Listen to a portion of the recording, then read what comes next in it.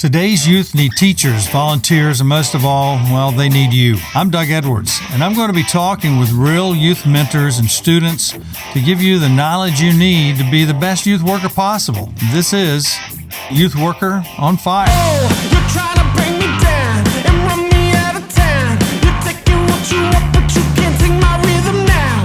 I'm walking to my own beat, just gonna be me. I'm not replicating nobody. Hurricane Helene hit in a way that we didn't expect. We expected to hit Florida. You know, I'm in Florida, in the Caribbean, Florida. You expect that. You expect it along the Gulf of Mexico, anything is bordering there. We know that it goes inland. We expect it on the coastlines. But when it hits on the interior of many of these states, it's like overwhelming. You don't really expect it to do what it does in the severe ways that it does it. I work for a pharmacy that's, you can call it tent making because of my ministry is the podcast and whatever else I can help other ministries. So I called one of our friends, Kim Pryor. She used to be Kim Ferguson, used to be in student ministry, but she and her husband are part of Samaritan's Purse, and Samaritan's Purse is in Boone, North Carolina, and that whole strip of land between Asheville and Boone is only a few hours across. I got with one of our heads there at the Bay Pharmacy, Lori, and got Kim on the phone and said, Kim, how can we help? If we have medical supplies, what do we do? And she said, well, go to Samaritan's Purse website. You'll see that we're working with World Medical Mission. She said, those guys are right on top of it. They're doing a better job than almost anybody out there, making sure that the people get the medical supplies they need. So for you that are wondering, what can I really do? If your church doesn't know exactly what to do, or if you personally don't have a church affiliation yet, or you're in between things and you don't know, and your church is not doing anything yet, they just don't know what to do.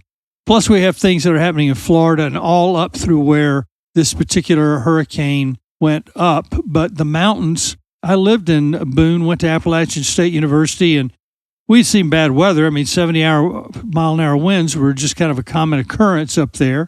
That's hurricane winds, Category 1 down here in Florida and in the Gulf.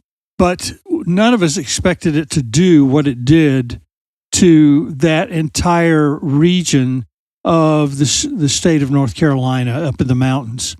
And it's devastating. I heard Franklin Graham today say that even himself and his workers are without power. It could be weeks before they see any power at all.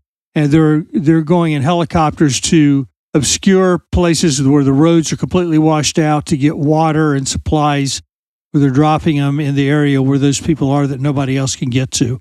And so if you want to know a group that's really doing this, that's really helping, make sure that you go to Samaritan's Purse website, and you can, if you got medical supplies that you want to give, you might go, I see it right here, you just go under Samaritan's Purse, and World Medical Mission will also show up there if you're wondering what to do on the medical end of it, and you've got medical supplies.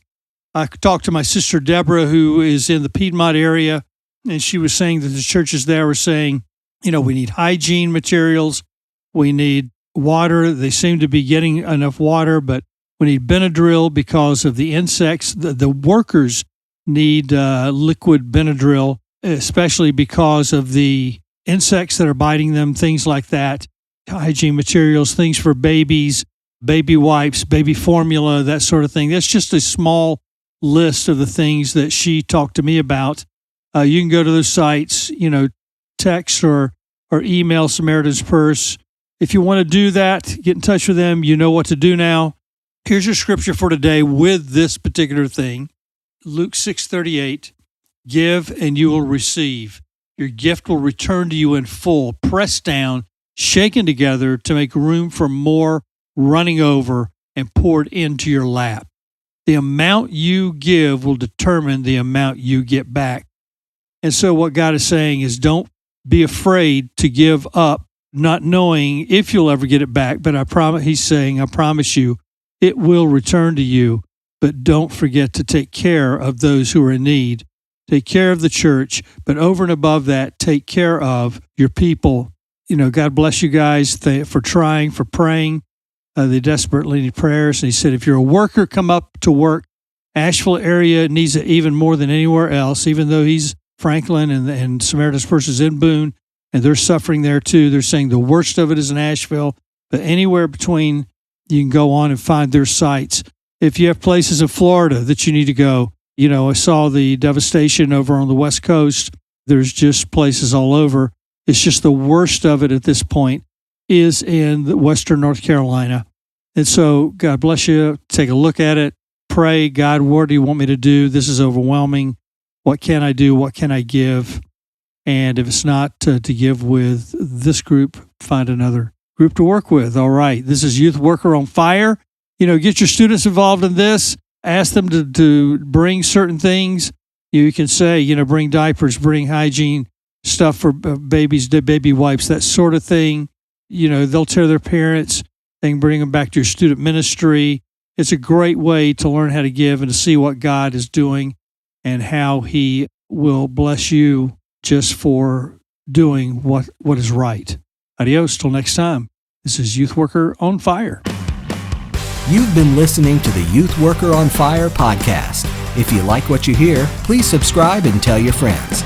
Also, leave a comment and tell us what you think. Stay tuned for more informative episodes.